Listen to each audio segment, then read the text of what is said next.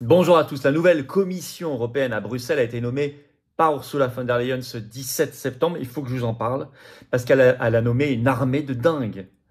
Mais c'est très clair, c'est limpide. Domination germano-américaine, l'Union européenne qui se prend pour un État. On va regarder des posts sur l'épargne, nous voler l'épargne, l'agriculture, Mercosur, la défense, la politique étrangère, l'austérité budgétaire. Il y a des signaux, des messages extrêmement clairs là-dedans. Un affaiblissement terrible de la France. Dire, cette vidéo, peut-être que plus que n'importe quelle autre, faites-la circuler. Envoyez-la à vos amis, à vos contacts, mettez-la sur vos réseaux sociaux, partagez-la parce qu'elle ouvre les yeux sur la nécessité absolue, impérieuse, vitale du Frexit. De sortir de là, de sortir de l'Union européenne. Pour notre liberté, notre avenir, notre indépendance, notre avenir et l'avenir de nos enfants. Notre combat aux patriotes, tous les résistants. Je vais vous donner ici plein d'armes très factuelles dans cette vidéo. D'ailleurs, même la presse, le grand public est obligé d'avouer des choses, vous allez voir. Même le monde. Je vous explique tout ça dans un instant dans cette vidéo. Merci de la partager. Pour cela, de vous abonner à cette chaîne YouTube par un petit clic gratuit sur s'abonner en dessous. Hop, vous cliquez, vous êtes abonné à la chaîne ou réabonné si YouTube vous a désabonné. Et ça aide énormément au partage, au meilleur partage de ces vidéos qui vont toucher des personnes qui vont nous découvrir probablement. Donc merci à vous de vous abonner ou réabonner si YouTube vous a un jour désabonné. Ça arrive à cette chaîne. Bienvenue et merci à vous pour cette aide très précieuse et à la diffusion des vidéos. Alors, je voulais vous annoncer, ça y est, le Tour de France des universités d'éducation populaire commence. Je me déplace en Moselle, à Marly, le samedi 5 octobre. Rendez-vous 15 h. Entrée gratuite, ouvert à tous, adhérents comme non-adhérents. Il y a un petit formulaire d'inscription. Merci de vous inscrire pour nous aider à organiser. Dès maintenant, sous la vidéo en description, vous pouvez venir de partout. Il y aura d'abord une table ronde, j'y serai, politique étrangère et défense. C'est le sujet avec ouverture des cahiers de projet. Vous pourrez contribuer vous-même à côté. Des spécialistes du sujet. Ça va être passionnant. On parlera d'OTAN, l'Union européenne, de l'avenir, de la paix, de la guerre. Et je fais ensuite une intervention plus politique, plus générale. Avec vous, je discute avec vous, je reste. Enfin, ça va être un grand moment. Marly, Moselle, 5 octobre, samedi, 15 h, entrée libre, sous la vidéo en description pour l'inscription dès maintenant. Je vous signale aussi qu'on a notre direct qui arrive, ça y est, ce vendredi 20 septembre, sur cette chaîne à 19 h. Soyez là, je prends toutes vos questions en direct, toute l'actualité française et mondiale en direct. Soyez au rendez-vous.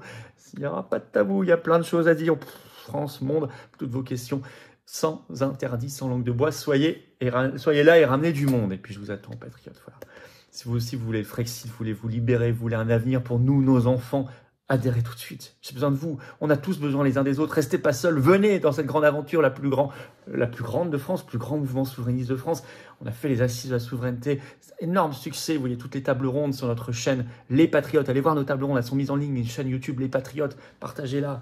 Et puis, venez maintenant si vous voulez participer à ce combat en adhérant, réadhérant ou faisant un don au mouvement pour nous aider à le financer. Adhérer, réadhérer, c'est dès maintenant, je vous attends.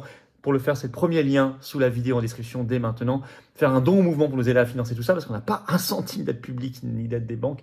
C'est le deuxième lien sous la vidéo en description. Tous les liens sont par ailleurs sur notre site les-patriotes.fr. Dès maintenant, essayez de défiscaliser de vos impôts aux 2/3, vous le savez. Je vous en reparle dans un instant. En tout cas, bienvenue et bravo. Allez, on y va. Nouvelle commission européenne, Ursula von der Leyen. Elle a fait fort. Un homme vraiment une équipée de dingo. Avec mainmise germano-américaine. Et elle veut consacrer sa toute-puissance de reine d'Europe. Reine d'Europe. On va commencer par ça, les pleins pouvoirs. Alors, bien sûr, cette commission a été annoncée donc, le 17 septembre. C'est 27 membres, 16 hommes, 11 femmes. On nous dira, bon, il n'y a pas la parité. Bon, vous savez, un ou une européiste, ça revient au même à la fin, hein, pour les peuples. Il n'y a pas grande différence. Hein. Ursula von der Leyen est certes une femme. Est-ce que vous avez vu une différence ? Bon, donc tout ça, c'est quand même assez pipeau.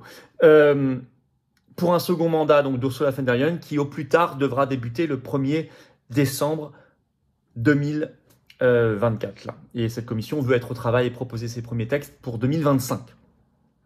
Alors, qu'est-ce qui consacre les pleins pouvoirs d'Ursula von der Leyen ? L'épisode Thierry Breton, même si on ne regrette évidemment pas Thierry Breton, qui était un censeur, le censeur en chef, qui a plein de défauts.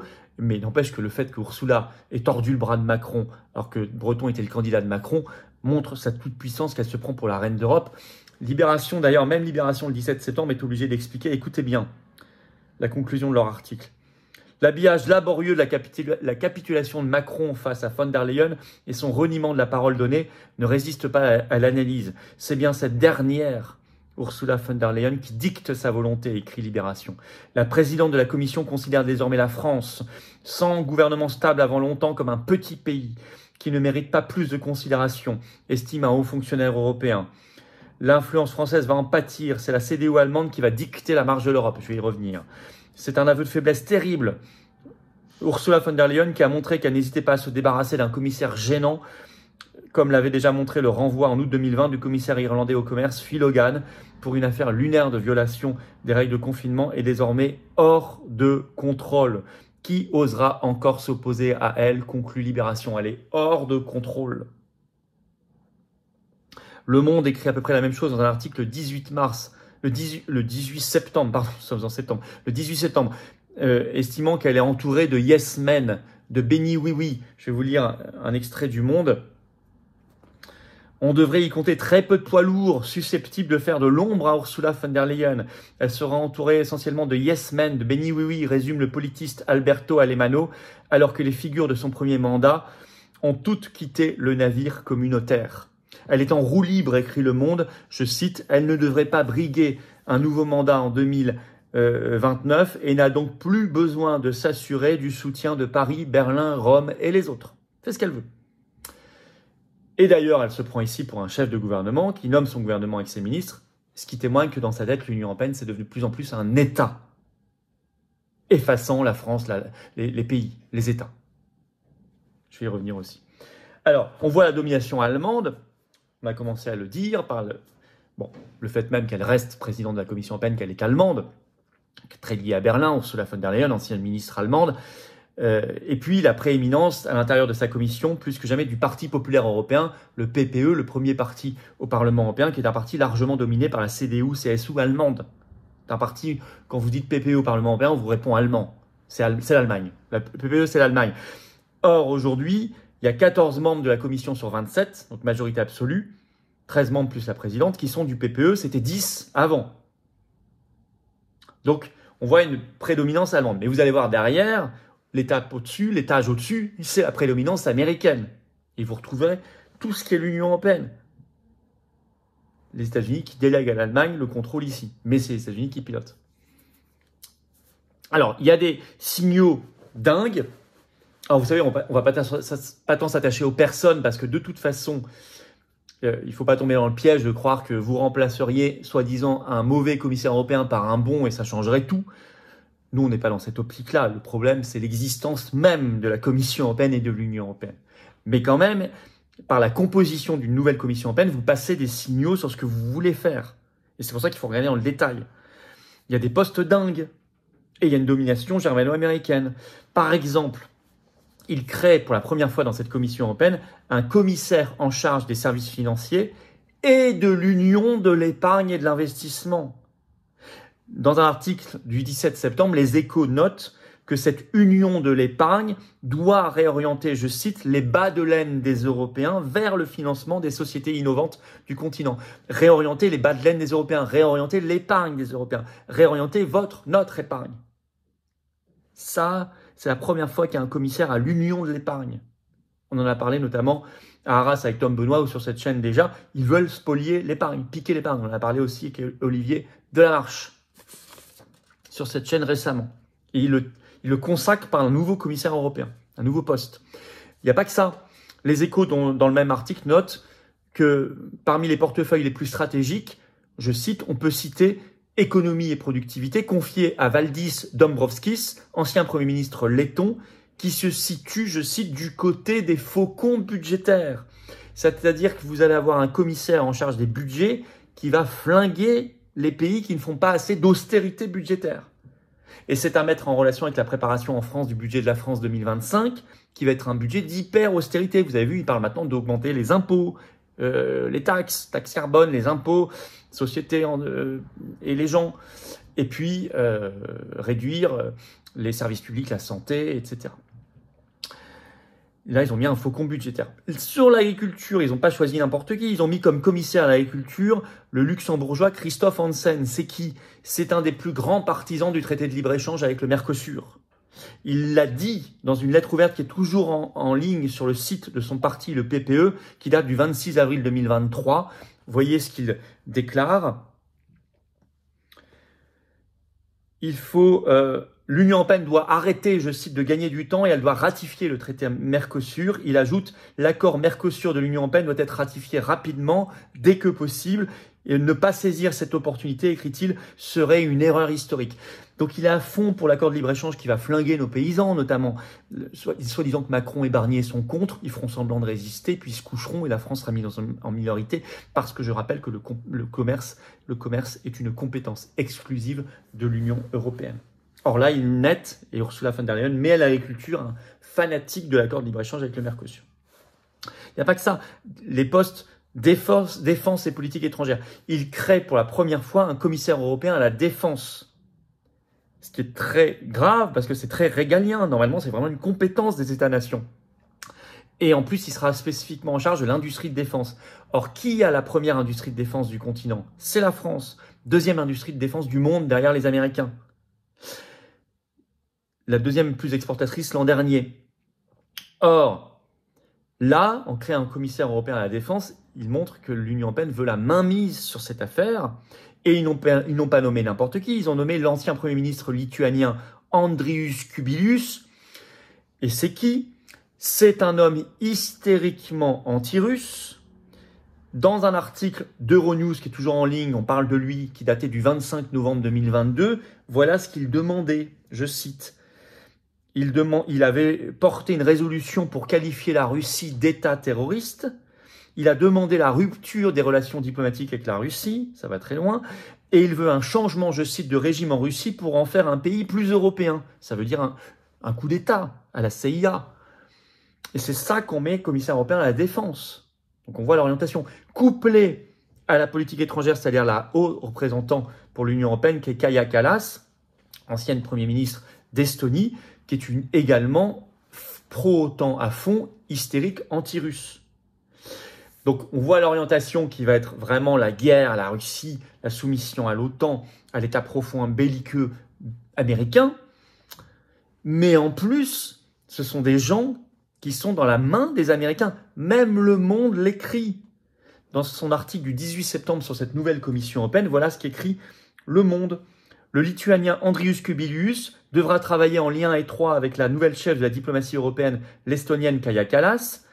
Ils sont dans la main des États-Unis, critique un haut fonctionnaire européen. Ils sont dans la main des États-Unis. Voilà ce que rapporte Le Monde. Alors, il crée par ailleurs, enfin, un commissaire à l'élargissement. Il y en avait déjà un, mais ils ajoutent dans son titre, officiellement, et à la reconstruction de l'Ukraine. Donc, on voit l'orientation confiée à la Slovène Marta Kos. Or, là aussi, Marta Kos n'était pas le choix de la Slovénie. Ce choix a été imposé, comme pour la France, par Ursula von der Leyen. Donc on voit vraiment, elle se prend pour la reine. Et elle a dit, Ursula von der Leyen, dans la lettre de mission qu'elle a confiée à cette nouvelle commissaire à l'élargissement et à la reconstruction de l'Ukraine, que l'élargissement de l'Union européenne à de nouveaux pays dans les Balkans occidentaux, Ukraine, Moldavie, etc., serait, je cite, pour le prochain mandat, une priorité de la Commission européenne. Donc on voit quand même des orientations dingues. Alors, les prochaines étapes, c'est qu'il y a les auditions de chaque commissaire devant le Parlement européen, que ça va commencer soit mi-octobre, soit début novembre prochain. Et il y aura un vote ensuite de tout le Parlement européen, mais en bloc. Il doit adopter ou pas tout le collège des commissaires européens. Il ne peut pas retirer un commissaire ou deux. Et tout ça est déjà négocié. Alors évidemment, il est toujours bon d'écrire, écrivez à vos députés européens pour leur dire de rejeter tout ça, évidemment. Et faites-le savoir partout, partagez cette vidéo, dites-le sur vos réseaux sociaux à vos députés européens. Mais j'ai pas envie de vous vendre du rêve. Je pense que tout est négocié, et bien au-delà des eurodéputés français. Il faut regarder les orientations, les enseignements de cette nouvelle Commission européenne. L'Union européenne se prend pour un État avec un gouvernement et une chef de gouvernement surpuissante. Mais derrière, avec l'ombre américaine, et sur le continent, la domination allemande. Tout est clair, c'est plus clair que jamais, avec des orientations de fond très inquiétantes. Je vous ai parlé de l'épargne, de l'agriculture, de la défense, etc. Une domination germano-américaine confirmée, amplifiée. Qu'a à faire la France là-dedans? Quels intérêts la France a à rester là-dedans? Qu'est-ce qui sera défendu dans nos intérêts de peuple là-dedans? Rien, de rien, de rien. Ni pour nos agriculteurs, ni donc pour la qualité de la santé et de l'alimentation, ni pour notre épargne, ni pour par rapport à l'austérité, ni par rapport à la paix que nous défendons, ni par rapport au maintien de notre industrie de défense en France. On n'a aucun intérêt à tout ça. Aucun intérêt. On a un seul intérêt, c'est de partir, c'est le Frexit. J'espère que cette Commission européenne va ouvrir les yeux d'un plus grand nombre encore. Nous sommes déjà le pays, selon les sondages, le plus eurocritique, qui a la plus mauvaise opinion d'Europe, de l'Union européenne. Tant mieux, ça veut dire qu'on fait bien notre travail, que ça avance. Il faut continuer, partager cette vidéo, s'il vous plaît. Partout. Abonnez-vous, réabonnez-vous à cette chaîne YouTube par un petit clic gratuit sur s'abonner en dessous, ça fera qu'elle se partagera mieux. Venez parler avec moi de tout ça et nous et nos spécialistes pour les universités d'éducation populaire. La première, c'est à Marly, samedi 5 octobre. Entrée gratuite, 15h. Il y a un petit formulaire d'inscription sous la vidéo en description, c'est ouvert à tous. Soyez là, gros programme, magnifique programme. On ira parler de tout, partout en France. Je ferai en plus un discours général, hein. Et puis, soyez là pour notre direct ce vendredi, là, 20 septembre à 19h sur cette chaîne. Gros direct, toutes vos questions en direct. Vraiment, j'ai hâte de vous retrouver au Patriote. Si vous n'êtes pas encore adhérent, il faut venir maintenant. On a un beau combat à mener, on mène un beau combat pour nous et nos enfants, de terrain, dans le rassemblement, dans l'action. Dans quelques semaines, 6 décembre, je serai au tribunal de Liège face à Ursula von der Leyen par ailleurs, puisqu'on parle de tout ça. Mais venez nous soutenir, venez nous rejoindre. Vous pouvez adhérer, réadhérer, rencontrer des gens si vous le souhaitez qui pensent comme vous près de chez vous en étant nouvel adhérent ou réadhérent. Faire un don au mouvement pour nous aider à financer plus l'action. Puis un nouveau tract national qui va arriver et tout le reste. Parce qu'on peut pas, on n'a pas un centime de l'État ni des banques, rien. Or on fait, tout ça est défiscalisé aux 2/3 de vos impôts. Profitez-en, faites baisser vos impôts plutôt que de donner ça au gouvernement Macron. Comment on fait pour adhérer dès maintenant? Et je vous dis la bienvenue, c'est premier lien sous la vidéo en description. Ce lien est également commenté par une petite fiche sur l'écran maintenant et dans quelques secondes un lien sur l'écran. Choisissez faire un don au mouvement. Deuxième lien sous la vidéo en description. Facile. Les liens sont par ailleurs bien sûr sur notre site tout le temps, les-patriotes.fr. Bienvenue aux nouveaux adhérents patriotes. Bravo aux nouveaux. Bravo à eux, bravo aux réadhérents également, bravo aux donateurs. Et vive la France.